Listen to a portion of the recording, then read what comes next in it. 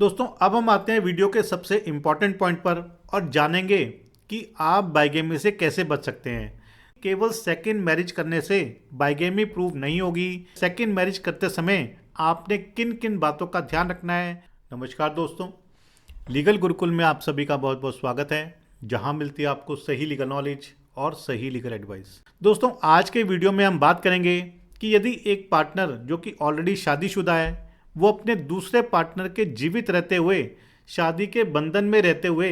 बिना तलाक लिए दूसरी शादी कर लेता है, सेकंड मैरिज कर लेता है, चाहे वो चुपचाप करी हो चाहे ओपनली करी हो, तो ऐसे में क्या उस व्यक्ति की जो दूसरी शादी है क्या वो वैलिड मानी जाएगी या नहीं, उसकी मान्यता होगी या नहीं होगी, और ऐसा करने पर क्या कानूनी कार्रवाई हो सकती है, और अगर होगी तो उसके लिए क्या सजा होगी। दोस्तों इंडियन पिनल कोड का सेक्शन 494 बाइगेमी को डिफाइन करता है और ये कहता है कि अगर कोई शादीशुदा इंसान अपने पहले स्पाउस, चाहे वो उसकी पत्नी हो या पति हो, उसके जीते जी किसी और इंसान से शादी कर लेता है तो ऐसे व्यक्ति की जो सेकंड मैरिज है वो पूरी तरह से नल एंड वॉइड मानी जाएगी, यानी कि अमान्य होगी।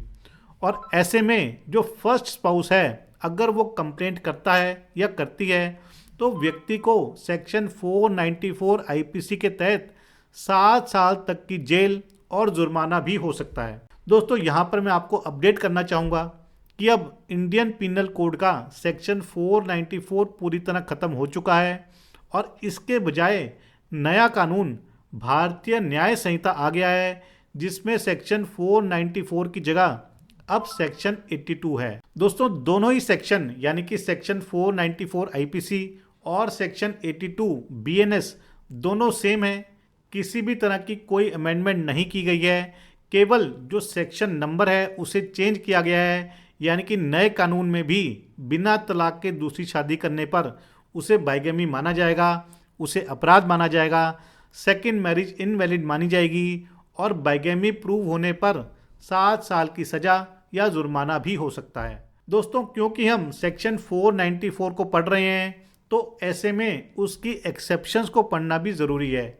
जो ये कहती है कि अगर बिना तलाक के दूसरी शादी की जाती है तो वो कब अपराध की श्रेणी में नहीं आएगी, कब वो बाइगेमी नहीं मानी जाएगी। दोस्तों पहली एक्सेप्शन ये कहती है कि सेक्शन 494 की धारा उस व्यक्ति पर लागू नहीं होगी जो व्यक्ति यानी कि जिसने दूसरी शादी करी है उस व्यक्ति की पहली मैरिज एक कंपीटेंट कोर्ट के द्वारा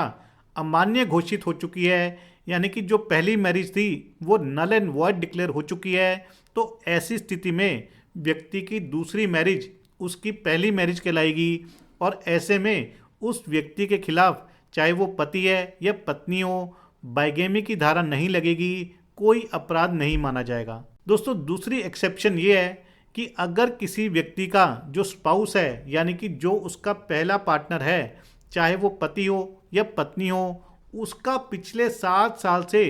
किसी भी तरह का कोई अता पता नहीं है, यानी कि वो जीवित है या नहीं है, इसके बारे में कोई भी जानकारी नहीं है और इस बात को 7 साल हो चुके हैं, तो ऐसी स्थिति में भी सेक्शन 494 आईपीसी अप्लाई नहीं होगा। ऐसी स्थिति में अगर व्यक्ति दूसरी शादी करता है, चाहे वो पति हो या पत्नी हो, तो वो अपराध नहीं माना जाएगा। दोस्तों यहाँ पर आपको ये भी बताना ज़रूरी है कि अगर कोई व्यक्ति जो कि ऑलरेडी शादीशुदा है अपनी शादी को छुपाकर किसी और से शादी करता है, यानी कि जिससे वो दूसरी शादी करने वाला है उसको ये पता ही नहीं है कि वो व्यक्ति पहले से शादीशुदा है, उसे धोखे में रखा जा रहा है, तो ऐसा करने पर आईपीसी की धारा सेक्शन 495 के तहत अपराध माना जाएगा और ऐसे में जिस व्यक्ति ने धोखा दिया है उसे 10 साल तक की सज़ा हो सकती है और जुर्माना भी लग सकता है। दोस्तों अब हम आते हैं वीडियो के सबसे इम्पॉर्टेंट पॉइंट पर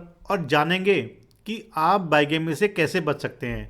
देखिए यदि आपने बिना तलाक के दूसरी शादी कर ली है तो जैसे ही आपके स्पाउस को पता लगेगा तो वो सेक्शन 494 के तहत बाइगेमी का केस ज़रूर फाइल करेगा या करेगी, लेकिन ऐसे में आपने ध्यान रखना है कि केवल सेकंड मैरिज करने से बाइगेमी प्रूव नहीं होगी। बाइगेमी प्रूव करने के लिए इस बात को भी साबित करना होगा कि आपने दूसरी शादी करते समय सभी रीति रिवाज, सभी कस्टम, सभी सेरेमनीज का पालन किया है। जैसे कि हिंदू मैरिज में पंडित का होना ज़रूरी है, अग्नि कुंड होना चाहिए, अग्नि के 7 फेरे लेना, मांग भरना, मंगलसूत्र डालना, कन्यादान करना, इस तरह की सभी सेरेमनीज परफॉर्म की गई हैं तो ही सेकंड मैरिज प्रूव होगी। और दूसरा पॉइंट, इन सबको प्रूव करने के लिए सबूत और गवाह भी ज़रूरी होंगे। जैसे कि पंडित जिसने की शादी करवाई है, वो लोग जिन्होंने उस सेकंड मैरिज को अटेंड किया है, और उन्हें भी अपनी गवाही में ये बताना होगा कि सेकंड मैरिज के समय सभी सेरेमनीज को परफॉर्म किया गया, और उन सेरेमनीज को डिटेल में बताना भी होगा, तभी जाकर के सेकंड मैरिज प्रूव होगी और सजा होगी। अगर सेक्शन 494 के केस में इस तरह के सबूत, इस तरह के गवाह पेश नहीं किए जाते, सेरेमनीज प्रूव नहीं होती, तो मान कर चलिए कि बाइगेमी कभी भी साबित नहीं होगी, कभी भी आपको सज़ा नहीं होगी, क्योंकि कोर्ट का मानना है कि ऐसी मैरिज ही नहीं है, यानी कि आपकी सेकंड मैरिज वैलिड नहीं है। ऐसे में फर्स्ट मैरिज ही सही मानी जाएगी। तो दोस्तों, ये था आज का वीडियो आपको बताने के लिए, समझाने के लिए कि सेकंड मैरिज विदाउट डाइवोर्स कब वैलिड है, कब नहीं है, कब उसमें सज़ा हो सकती है, क्या उसकी एक्सेप्शंस हैं, और कैसे आप सेकंड मैरिज करने के बाद भी बच सकते हैं, या सेकंड मैरिज करते समय आपने किन किन बातों का ध्यान रखना है ताकि आपकी सेकंड मैरिज कभी भी प्रूव ना हो। तो दोस्तों, आशा करता हूँ कि आपको वीडियो पसंद आया होगा। यदि वीडियो पसंद आए तो वीडियो को लाइक और शेयर जरूर कीजिए। यदि आपकी कोई लीगल समस्या है, लीगल प्रॉब्लम है, तो वो भी आप मुझे भेज सकते हैं। चैनल को सब्सक्राइब करना मत भूलिएगा। अगली बारी मिलेंगे नए वीडियो में नए टॉपिक के साथ। तब तक के लिए धन्यवाद। जय हिंद।